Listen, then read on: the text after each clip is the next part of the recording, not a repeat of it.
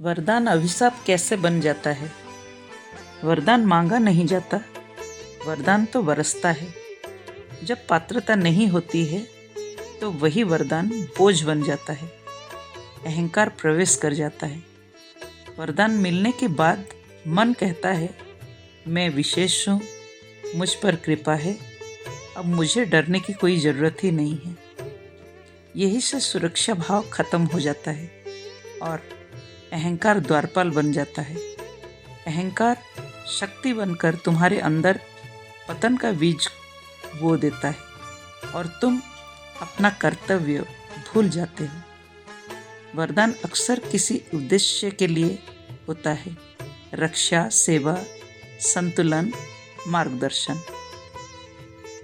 जब व्यक्ति या धरती प्राप्ति को याद रखे और उत्तरदायित्व को भूल जाए, तब वही वरदान दिशाहीन शक्ति बन जाता है। दिशाहीन शक्ति विनाश का कारण बन जाती है और सम्मान खत्म होने लगता है। हर वरदान के साथ एक अदृश्य सीमा होती है, एक धर्म रेखा होती है। जब ये लगता है अब कोई भी नियम मेरे लिए नहीं है, तब वही वरदान अभिशाप में बदल जाता है। क्योंकि सम्मान टूटते ही प्रकृति संतुलन वापस लेने लगती है, विवेक का पतन होता है, शक्ति बढ़ती है पर विवेक नहीं बढ़ता। फिर होता है गलत निर्णय, सही को भी गलत ढंग से करना। जो सत्य को भी अहंकार से प्रयोग करते हैं और तब वरदान भी व्यक्ति को अंधा बना देता है। साक्षी भाव खो जाता है।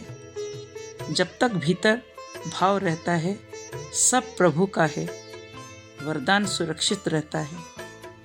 जिस दिन ये अहंकार आ गया कि यह मेरी शक्ति है, उसी दिन से तुम्हारा पतन शुरू हो जाती है। सावधान, जिससे वरदान मिला हो उसे सबसे अधिक सावधान रहना चाहिए।